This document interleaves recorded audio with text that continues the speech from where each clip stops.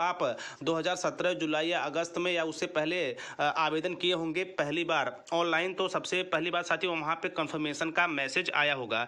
जी हाँ साथियों, आपका जो कंफर्मेशन मैसेज है वो आपके ईमेल आईडी पे, आपने रजिस्टर्ड ईमेल आईडी जो दिया होगा उसमें आया होगा। तो confirmation of admission NIS DElEd ऐसा करके साथियों आपका कंफर्मेशन आया होगा, और साथ साथ उसके ऊपर मेल के ऊपर आपको डेट भी दिखेगी। तो आप यहाँ से पहला तरीका ये है साथियों, वहाँ से आप अपना एडमिशन डेट निकाल सकते हैं। चूँकि साथियों 2 वर्ष से लंबा समय बीत चुका है, ऐसे में हो सकता हो आपके मेल में न मिले या फिर बाई चांस किसी कारणवश उसमें न शो हो सके, आपको समस्या हो रही हो। तो यहाँ पे साथियों एक तरीका और है, आपने उसकी रिसिप्ट जरूर रखी होगी जब आप पहली बार एनआईएस डीएलएड का आवेदन ऑनलाइन मोड से किए होंगे।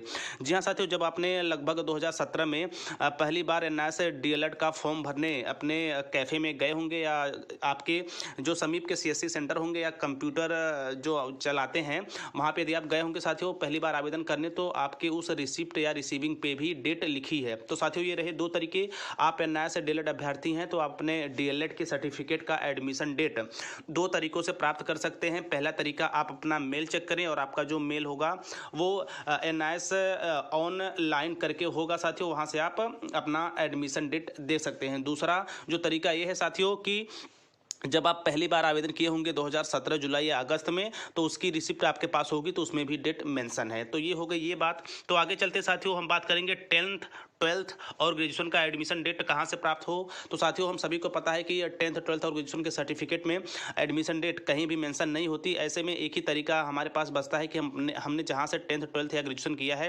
वहाँ स्कूल या विद्यालय में जाएँ और वहाँ से डेट निकलवाएँ, वहाँ से हमें प्राप्त हो सकता है। और दूसरा जो सबसे बड़ा विकल्प ये है साथियों कि 10th 12th और ग्रेजुएशन के जो विकल्प रीट भर्ती 2032 में दिए गए हैं, उस पर निदेशालय की तरफ से भी विचार विमर्श हो रहा है कि स्पेशली एडमिशन डेट सर्टिफिकेट या मार्कशीट पे 10th 12th ग्रेजुएशन पे मेंशन नहीं होती, इसलिए इस ऑप्शन को हटाया जाए। तो साथियों आप कुछ दिन वेट कर लें, उसके बाद ऑनलाइन आवेदन करें, क्योंकि कुछ ऐसे ऑप्शंस हैं जिसपे बीकानेर की तरफ से, बीकानेर शिक्षा निदेशालय की तरफ से कार्रवाई की जा रही है, उसे संशोधन करने के लिए या उस ऑप्शन को पूर्णतया हटाया जाएगा। तो ऐसे में आप साथियों कुछ दिन वेट कर लें, उसके बाद सभी समस्याएं सॉल्व हो जाएंगी। और रह गई एनआईएस डीएलएड एडमिशन डेट की, तो आई थिंक आप अब आसानी से अपने एडमिशन डेट को ढूंढ लेंगे।